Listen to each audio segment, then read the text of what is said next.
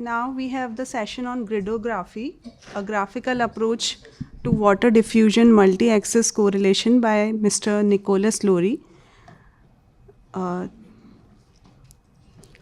He is an assistant professor at the University of Azores and a researcher at the Center Algorithmy University of Minho. He graduated in physics from University of Coimbra and earned PhD degree in physics and informatics. I welcome Lori, sir.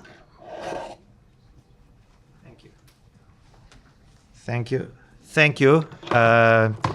So just connecting myself here. Hopefully everything will work out just fine.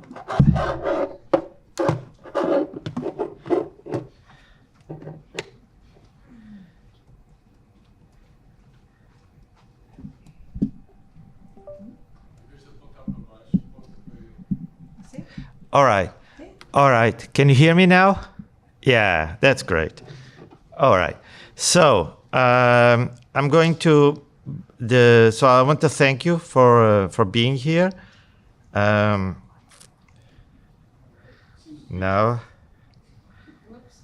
Okay. All right. So I'm going to try to gymnast this. I don't know why is this doing this. Okay. Gonna remove it and try it again.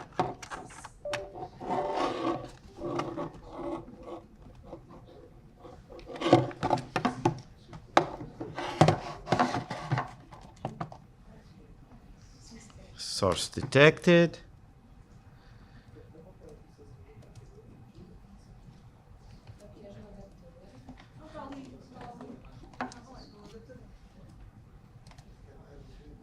Okay.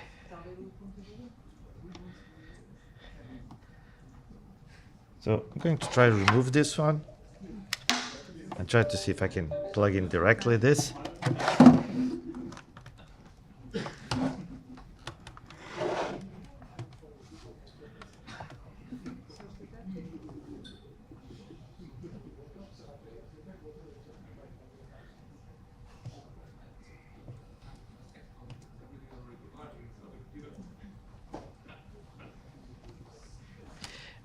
So a minute ago you could just see it, but it just flashed up and out.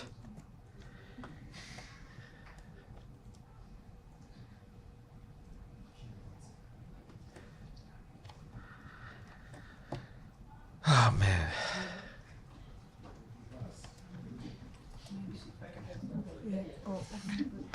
I don't know, somehow it blocked my take it out.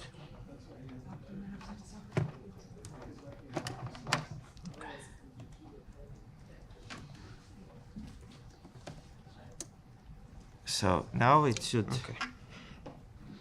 Excuse me.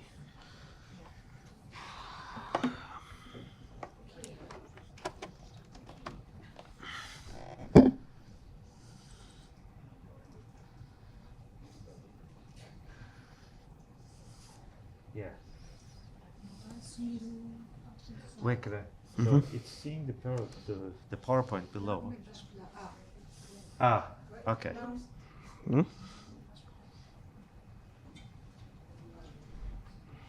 Peraí.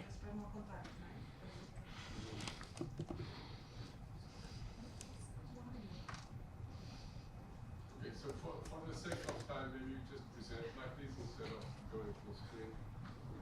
Instead of using presenter mode, maybe you can just use Yeah.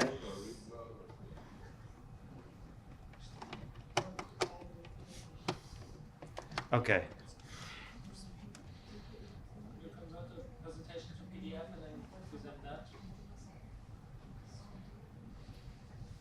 Okay. Okay. Thank you. So I'll try to cut the short. So Gridography, this is just a graphical approach to water diffusion, multi-axis correlations. So this is a recent work published in scientific reports. I'm mostly going to focus in Gridography, which is a new fluid visualization tool. It uses MATLAB, but it might be interesting to also do it in Julia. So it starts with Brownian motion. Just you have a force, you have the friction, and then you have the random forces at the left. So it's just random impacts. Now, from this, the diffusion tensor can be easily calculated. It's the correlation of random forces applying to the water molecules. It's also equal to the correlation of velocities of the water molecules after impact and how they correlate across time. This equality is the one example of the fluctuation dissipation theorem equality. And so this is the diffusion tensor. Now, if you have the diffusion tensor, you can go into from water molecules to just a probability. So you have a probability of a water molecule being located at x with a velocity v at the time t, where the velocity is just a change of location, since you're talking about the molecules. If you change this into phase space, so if you change the Brownian motion force equation to phase space, you get this equation. That's the Fokker-Planck equation. Then if you make the integration across the velocity space of the probability p of a water molecule having a certain position and velocity, you get this function rho. If you make the same average across the velocity space of the velocity multiplied by the probability, you get the vector u, which is the dislocation of the fluid. If you then pick up the Fokker-Planck equation using rho and u, you get the Navier-Stokes equation, where you have the little p, which is a term, which is the hydrodynamic pressure, and the viscous stress tensor, which is where the diffusion tensor is integrated. So what happened to the diffusion tensor in the Navier-Stokes equations? It's in the viscous stress tensor. That's where it goes. And this Navier-Stokes equation expresses the relation between rho and u. But now, why is this relevant? Now this is going to the topic of the article itself. So, using this distribution, and I mentioned these distributions because some of you worked in Navier-Stokes equation and Brownian motion equations. So you have the probability of a displacement r during a time delta. If you just have a simple material, which means that you only have a simple diffusion coefficient, then what you have is you have a single diffusion tensor, a 3x3 symmetric diffusion tensor. That's 6 parameters, which define an ellipsoid, which for Americans, it's an American football. So that's the rugby ball. And so that's a simple diffusion. You only have one direction. Now, for complex materials, then you have to sum within a voxel. That's a volume element, usually about 2 millimeters by 2 millimeters by 2 millimeters, from which the data is acquired. You have multiple regions, and you have multiple diffusion coefficient interaction types.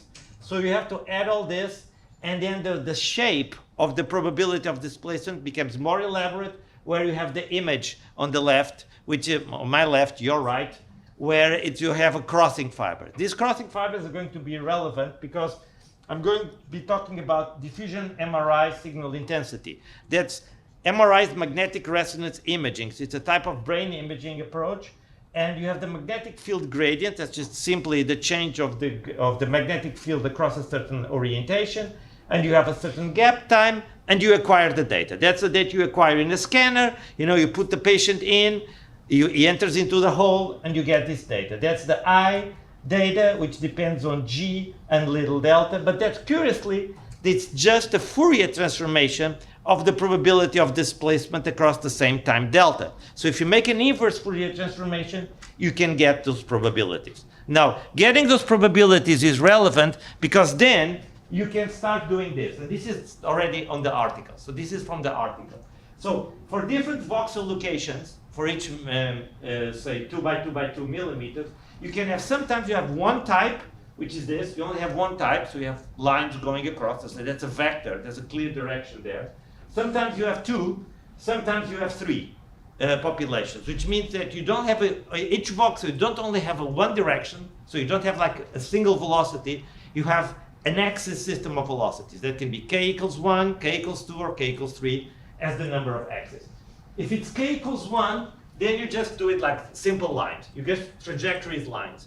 The question and the novelty is this: what if you have more than one vector at one point? Then you do what is called gridography. And what you do is that, imagine this is the connection. So you have a connection, that's a simple connection, just k equals 1. Now imagine that you have also a different vector. This is one voxel, this is another voxel. So you have a different vector that points this way. Then k equals 2. And if you do it like this, if you have another axis, then it's k equals 3. But if these are misaligned, it's k equals 2. And if these are misaligned, it's k equals 1. So it's not just the existence of the axis, it's how correlated, how parallel they are for different voxels. And then you get something like this, where if you have k equals 3, I mark it with a yellow edge, and if it's k equals 2, I mark it with a black edge. And if it's k equals 1, it's just a single line. Now, why edges? Because if you have k equals 2, it's a plane. But you have k equals 3, you have actually 3 planes that you define. And you make them different by the edges. Now, if you consider one single seed point, you start here and you expand it across, you can see there are multiple ways of evolving. So not only there's a line that goes across, but you also have those planes that are marked. And you can see there are structures that are being reproduced across those trajectories. That's the novelty that that's going to assimilate. In the case of a simple brain, this person looking, so this is cut like this, and the person is looking up. So you have regions which have k equals 2, k equals 1, and k equals 3. But sometimes, and this is the relevant thing, I think, for you, is that sometimes you have 2. So in one trajectory, it only goes to k equals 1, but for a different trajectory passing in the same voxel, you have k equals 3. What is this representing? This is representing that each voxel, a voxel is much bigger than a water molecule or of a region. And sometimes at a single data point, you don't have a single direction, you can have multiple crossing directions, and this is a form of representing it. Now, if you have a lot more seed points, it becomes this complicated thing that you can, that you can visualize, but it becomes a mess, but this is the reality of all the different trajectories crossing. And so the math is not that complicated. The math is really not that complicated. It's just simple algebra. It's a little tricky to do all the plus and signs correctly, but it's not that complicated. And finally, I've had the pleasure of talking with several people here, and Jean Feijó, which meant the connection this work might have with hydrodynamics representation. Gail, thank you for the commentary about the advantage to fluid visualization. Andrés Souza, which mentors the use and advantages of fluctuation dissipation theorem. Milan Kloer, which mentions the issue of electromagnetic modes in rotating spheres, which might be related to this topic. And Chris Rokaukas, which, we talked about the issue of the neurophysiology dynamics. All of these are Julia packages, very useful. And thank you very much. And I hope I hope I didn't take too much time. Sorry about the connection issue, but well, thank you. And I'm hoping for questions now. And I hope you heard me well. You see, I'm sorry. I hope you heard me well. Maybe not too much when I was standing there, but I was just pointing. Thank you very much.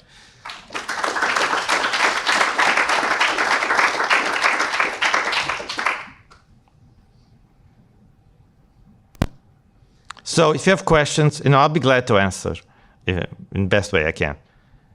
Okay, thanks. So at the very beginning, when you were looking at your diffusivity, am I correct to say that was a Lagrangian autocorrelation of the velocity field for the diffusivity tensor, as opposed to Eulerian one? Because you're tracking the particle and... You mean this way or this way? This one? This one, yeah, and the fluctuation dissipation. So here, the first one is Langevin equation. Yeah. So, but it's the Langevin equation. It's not just the friction term. It's also the random force term, of course, but it has an extra term which usually doesn't appear, which is the gradient of the potential energy, and that means that there might be electric forces and there might be gravitational forces applied, and so that is the extra term. Now, the diffusion tensor is just to obtain out of the random force that exists in the molecules the correlation between the random force at a certain moment and the random force at a later moment, if they are still correlated, and that expresses the diffusion, the preservation of correlation. And then the other equation next to it is the same preservation of correlation, but for velocities. So that's what you get, and then you get this one, which is the Fokker-Planck equation, which is in phase space, which means position and velocity of the water molecules. Mm-hmm. That makes sense. Thank you.